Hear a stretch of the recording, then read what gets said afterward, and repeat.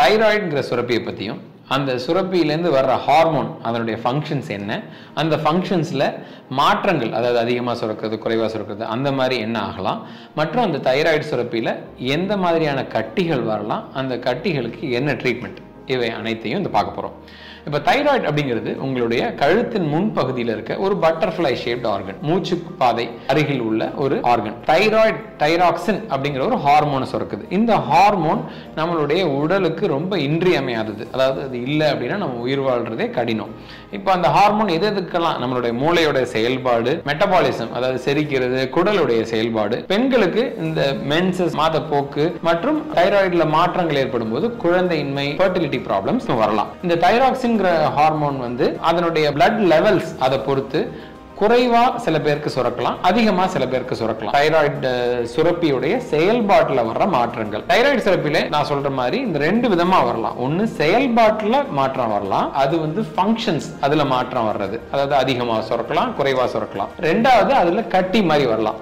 இந்த கட்டி மாதிரி வர்றதுக்கும் செயல்பாட்டில் உள்ள மாற்றத்துக்கும் ரெண்டுக்கும் நேரடியா சம்பந்தம் இருக்கணுங்கிற அவசியம் இல்லை. இப்ப நான் சொன்ன மாதிரி இன்கேஸ் அது குறைவா சுரக்குது அப்படின்னா என்ன செய்வோம்னா சிம்பிளான பிளட் டெஸ்ட் பண்ணுவோம். வெறும் வயித்துல அந்த பிளட் டெஸ்ட் பண்ணிட்டு அதுல எப்படி இருக்குங்கிறத பொறுத்து நம்ம ஒரு மாத்திரை கொடுத்துட்டு ஒரு 3 monthsக்கு ஒன்ஸ் செக் பண்ணி பார்ப்போம், இல்ல 6 monthsக்கு ஒன்ஸ் செக் பண்ணி பார்ப்போம். இது சிம்பிளான விஷயம். தைராய்டு குறைவா சுரக்கிறது, நிறைய பேருக்கு ஹைப்போதைராய்டிசம் அப்படின்னு சொல்லுவோம், குறைவா சுரக்கிறது.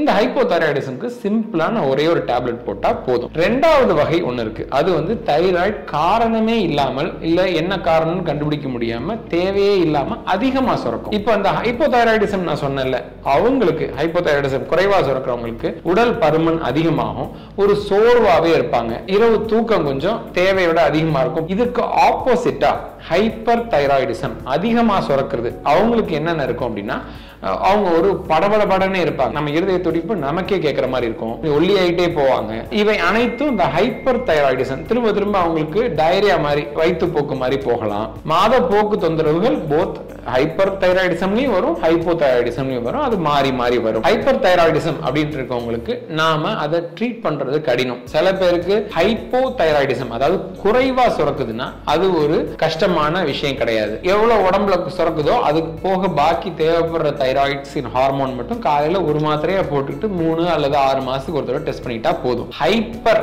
அதிகமா சுரக்குது அப்படின்னா அவங்களுக்கு நம்ம ட்ரீட் பண்றது கடினம். ஒரு நாளைக்கு 3ல இருந்து 4 மாத்திரை வரைக்கும் போட வேண்டியிருக்கும், திரும்ப திரும்ப ஒரு மாதத்துக்கு ஒரு தடவை டெஸ்ட் பண்ணி பார்க்க வேண்டியிருக்கும். அதிகமா சுரக்கிறது நம்ம மருந்துகள் போட்டு கண்ட்ரோல் ஆகல அப்படின்னா தைராய்டு அறுவை சிகிச்சை பண்ண வேண்டி வரும். இப்ப தைராய்டுல சில பேருக்கு கட்டி இருக்கும், டாக்டர் பார்த்து உங்களுக்கு தைராய்டு கட்டி இருக்கு அப்படின்னு சொல்லுவாங்க. பிளட் டெஸ்ட் எடுத்துட்டு தைராய்டு நல்லா தான் இருக்குன்னு லேப்ல சொல்றாங்களே அப்படிங்கிற ஒரு சந்தேகம் வரும், ஒரு குழப்பம் வரும். அது என்னன்னா பார்வைக்கு அந்த தைராய்டுல கட்டி இருந்தாலும் அந்த கட்டி போக மற்ற பகுதிகளில் உள்ள தைராய்டு சுரப்பி வந்து நார்மல் ஹார்மோனை தேவையான அளவு சுரக்குதுன்னு அர்த்தம். செயல்பாட்டில் அது நார்மலா இருக்கிறதுனால அந்த கட்டி இல்லாம போயில்லை. சோ இந்த கட்டி என்ன அப்படிங்கறத கண்டறிஞ்சு அதுக்கான ட்ரீட்மெண்ட் பண்ணணும். இப்போ உடல்ல நிறைய இடங்கள்ல நிறைய விதமான கட்டிகள் வரலாம். ஒரு உதாரணத்துக்கு சொல்றேன், கொழுப்பு கட்டி, அதாவது வெறும் கொழுப்புனால வர கொழுப்பு கட்டி, அது உடம்பு முழுக்க நிறைய பேருக்கு இருக்கும். அது 99% வாழ்நாள் முழுக்க நம்ம கூட இருந்தாலும் அது தொந்தரவுக்குரிய கட்டியா மாறுறதுக்கு வாய்ப்புகள் இல்லை. அதே மாதிரி தோல் கடியில வர்ற கட்டிகள்ல கையில காலில் எங்க வேணாலும் வரலாம். அழுக்கு கட்டி அப்படின்னு வருது அப்படின்னா அதுக்குள்ள வந்து அழுக்கு மட்டும் இருக்கும். அது எப்பொழுதா இருந்தாலும் அது வந்து வெடிச்சு உள்ள சீழ் வச்சு தொந்தரவு கொடுக்கும். இப்ப மருத்துவர் என்ன சொல்லுவாங்கன்னா, கொழுப்பு கட்டின்னு போறீங்க, அறுவை சிகிச்சை மருத்துவர் என்ன சொல்லுவாங்க, சர்ஜன் என்ன சொல்லுவாங்க அப்படின்னா, கொழுப்பு கட்டின்னு போறீங்கன்னா உங்களுடைய விருப்பம் பண்ணிக்கிறதா பண்ணிக்கலாம். இதே அழுக்கு கட்டி அப்படின்னு வரீங்கன்னா நிச்சயம் இது எப்பயா இருந்தாலும் தொந்தரவு கொடுத்துரும், அதனால ஆப்ரேட் பண்ணிடுறது நல்லது அப்படின்னு சொல்லுவாங்க. இந்த மாதிரி ஒவ்வொரு உடல்ல வர்ற ஒரு கட்டிக்கு ஒரு தன்மைன்னு ஒண்ணு இருக்கு. இந்த தைராய்டு கட்டிகள் நாள்பட வச்சிருந்தா ஒரு 10 வருடம் 15 வருடம் எத்தனை நாட்கள்ங்கிறது வரையறுக்கப்பட்டது இல்லை, கிளியரா டிஃபைன்டு கிடையாது.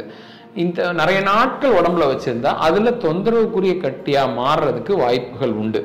ஸோ இப்போ உங்களுக்கு வந்து மல்டி நாடுலர் காய்டர் அல்லது சாலிட்டரி நாடுலர் காய்டர், மல்டினா பல, சாலிட்டரினா சிங்கிள் ஒரு அந்த மாதிரி கட்டிகள் இருக்கு அப்படின்னா டாக்டர் என்ன செய்வாங்க, அவங்ககிட்ட ஃபர்ஸ்ட் போய் நீங்க அணுகுன வேகத்துக்கு தொட்டு பார்ப்பாங்க.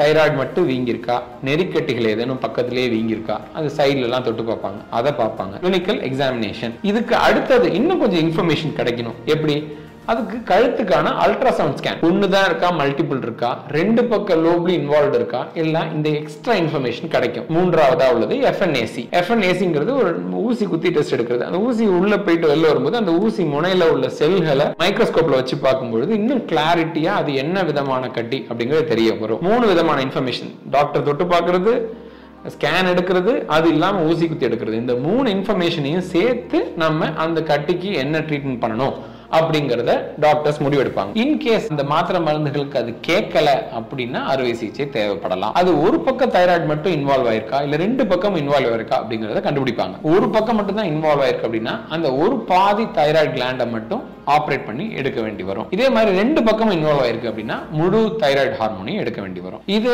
ஓபன்ல மட்டும்தான் பண்ணணுமா அப்படின்னா ஓபன்ல தான் பண்ணுமா அப்படின்னா அப்படி கிடையாது. லாப்ராஸ்கோப் மூலியமாவும் பண்ணலாம். லாப்ராஸ்கோப் மூலியமா துல்லியமா பண்ணக்கூடிய ஃபெசிலிட்டிஸ் இப்ப அவைலபிளா இருக்கு. இப்போ லாப்ராஸ்கோப் மூலியமா ஒன்னு வாய் மூலியமா உள்ளுக்கு பண்ணலாம் அல்லது அண்டர்ஆர்ம்ஸ்ல இருந்து பண்ணலாம். இந்த ரெண்டு வகையிலுமே உங்களுக்கு கழுத்துல விகாரமான ஒரு ஸ்கார் இல்லாம அவாய்ட் பண்ணிக்கலாம். இன்னொரு முக்கியமான இன்ஃபர்மேஷன், இப்போ அந்த தைராய்டுக்கு அறுவை சிகிச்சை டாக்டர் சொல்லிட்டாரு, ஆனா எனக்கு வந்து குரல் மாற்றம் வருமோங்கிற ஒரு பயம் இருக்கு அப்படின்னு நிறைய பேர் இந்த அறுவை சிகிச்சைக்கு ஹெசிடேட் பண்றாங்க. தாமதிக்கிறதுனால ஒரு கெடுதல் தான் அதிகமாக வாய்ப்பு இருக்கு. இப்போ உள்ள பிரசன்ட் இமேஜிங் நல்ல கிளீனா பார்க்க முடியும், துல்லியமா பார்க்க முடியும். குரல் நரம்பு எங்கேருந்து எங்க வருதுங்கிறத கிளியரா டிசெக்ட் பண்ணி அதை சேவ் பண்ணிட்டு தான் சர்ஜரி பண்ணுவோம். அதனால குரல் மாற்றம் வர்றதுக்கு வாய்ப்புகள் மிக குறைவு.